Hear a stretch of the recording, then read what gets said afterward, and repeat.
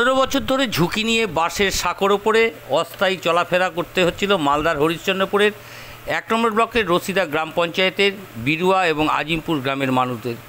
ঘটেছিল ছোট বড় দুর্ঘটনা। স্থানীয় নেতাদের কাছে কালভার্ট করার দাবি জানিয়ে আসছিল এলাকার মানুষ। ভোটের সময় প্রতিশ্রুতি দিলেও ভোটের শেষে কেউ আর সেই দাবির গুরুত্বই দেয়নি বলে অভিযোগ। গত 2023 সালে পঞ্চায়েত নির্বাচনের সময় ভোট চাইতে গিয়ে গ্রামবাসীদের ক্ষোভের মুখেও পড়তে হয়েছিল। ভোটে জিতলে গোটা গ্রামের মানুষকে কথা দিয়ে এসেছিল কালভার্ট তৈরি করে দেওয়ার। কথা অনুযায়ী গ্রামবাসীদের ভোট দিয়েছিলেন তৃণমূল নেত্রী মার্জিনা খাতুনকে। 2023 সালে জেলা পরিষদে জিতে সেই কথাটাই গ্রামবাসীদের কাছে রাখলেন জেলা পরিষদের সদস্য মার্জিনা খাতুন। রবিবার ফিতে কেটে নারকেল ফাটিয়ে সেই কালভার্টে শিলান্যাস করলেন মার্জিনা। এতে খুশি এলাকার মানুষজন। জেলা পরিষদের পঞ্চদশ অর্থ কমিশনের তহবিল থেকে 9,57,374 টাকা দিয়ে নির্মিত হবে এই কালভার্ট, জানালেন মার্জিনা খাতুন। 24 ঘন্টা ইন্ডিয়া টিভির প্রতিনিধির বিশেষ প্রতিবেদন। তারপরে আপনারা কার কাছে দাবি করেছিলেন এই কালভার্টের? করেছি মার্জিনার কাছে করেছি দাবি। আমাদেরকে অনেক অসুবিধা হচ্ছে, না হলে আমরা চলতে পারছি না। সমস্যা জানিয়েছিলেন আপনারা? হ্যাঁ জানিয়েছি, অনেক দিনতে জানিয়েছি। তো আপনাদের কথা সাড়া দিয়েছে? হ্যাঁ, তো আজ হচ্ছে কাল হচ্ছে, তো এখন বললো এখন হবে বলে, তো বলেছি হলে ভালো। আজকে কি এসছে আপনার এলাকাতে? ওই মার্জিনা এসেছে। কি করেছে আজকে? কি করলো আজকে? আজকে ওই উদ্বোধন করবে কালভার্টটা। আপনারা কতটা খুশি? আমরা অনেক খুশি, অনেক আমরা খুশি হতে পারি। ওই পারে প্রায় কতটি পরিবার বসবাস করছে? যে জেলা পরিষদের মার্জিনা খাতুন, উনি এই দেখে গেলেন। তাকে বলা হয়েছিল যে আমাদের এইটা অসুবিধা আছে দীর্ঘদিন 20-25 বছর ধরে। ওই পারে একটা নার্সারি, ভর্তি শিশু মাদ্রাসা আছে, প্রায় 150 থেকে 200 জন ছাত্রছাত্রীরা পড়ে, এবং আমিও ওখানকার শিক্ষক। আমিও ওখানে শিক্ষা দীক্ষা দিই।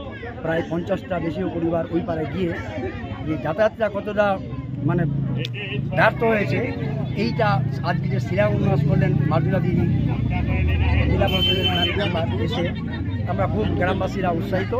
এবং দীর্ঘদিনের যে মনোবাঞ্ছনীয় ছিল যে এটা যদি কালভার্ট বা ব্রিজ হয়ে যেত তাহলে আমাদের একটা সুবিধা হতো, যাতায়াতের সুবিধা হতো, মানুষের আর মানে চলাচলের বিঘ্ন হতো না। এখন স্কুলের ছেলেমেয়েরা যাতায়াত করবে, ওখানে গিয়ে হয়তো দাঁড়ায় পড়ে গেল, কেউ হয়তো ডুবে মৃত্যুবরণ করতে পারে। তো এইটা দেখে খুব উৎসাহিত হলাম আমরা। দিদি যাতে কাজ করলেন, খুব ইনাকে ধন্যবাদ। কতদিন আগে দাবি করেছিলেন দিদির কাছে? দিদির কাছে দাবি করা হয়েছিল এই প্রায় 1 থেকে 2 বছর। তখন তিনি কি আশ্বাস দিয়েছিলেন আপনাদেরকে? আশ্বাস দিয়েছিলেন উনি যে আমি কথা দিচ্ছি আপনাদের যে এটা আমি কালভার্ট বা ব্রিজ করে দেব, আপনারা নিশ্চিন্তে থাকুন, আমার পর ভরসা করুন, আমি করে দেবো। উনি কি এলাকায় এসেছিলেন? সেই সময় এলাকায় এসেছিলেন, তদন্ত করে গেছেন, সরজমি তদন্ত করে দেখে গেছেন। আবার এসে আজকেও যে শিলা বিনাশ হলো, উনি এসছেন এখন মজুদা থেকে। আমরা গ্রামবাসীরা সবাই উৎসাহিত। এলাকার মানুষের পাশে কতটা দিদি পাশে দাঁড়াচ্ছে? এলাকার পাশে অনেক, মনে করুন তো সম্পূর্ণ এলাকার মধ্যেই দাঁড়াচ্ছেন এসে। শুধু খালি বিরুয়া আজিমপুরটা না, চণ্ডীপুরে, মোল্লাবাড়ি, জরমদৌড়, কোতল, মারাডাঙ্গি, মানে যত রশিদাবাদ অঞ্চলে যত আছেন এখানে দেখেছি ওনাকে প্রায় সব জায়গায় উনি ভ্রমণ করে বেড়ান। যখন ডাকেন তখন পান? যখন ডাকি তখন কাছে পাই, কোনো অসুবিধা নেই। রাত্রে ডাকলে রাত্রে আসেন, কোনো বাধা বিঘ্ন নেই। আপনার নাম? আমার নাম তসিফুল হক, আমি আজিমপুরের এই বাড়ি।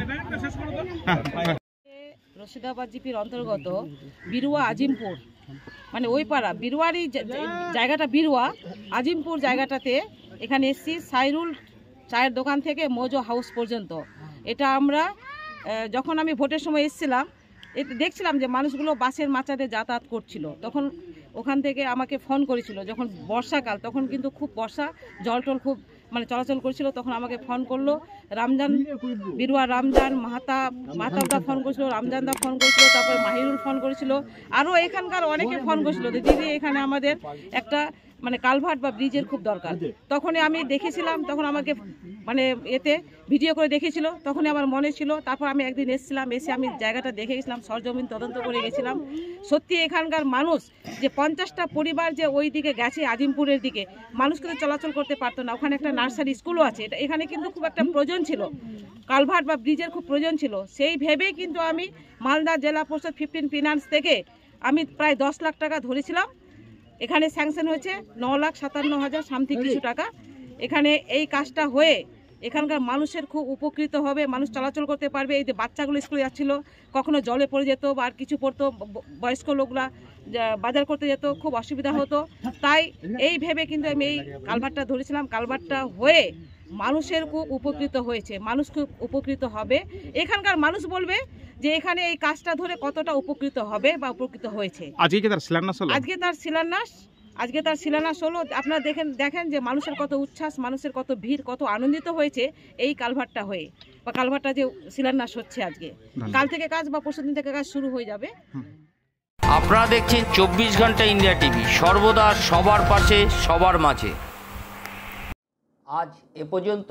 সঙ্গে রাখুন 24 ঘন্টা ইন্ডিয়া টিভি। দেখতে থাকুন সব জেলার সব খবর সবার আগে 24 ঘন্টা ইন্ডিয়া টিভির পর্দায়। নমস্কার।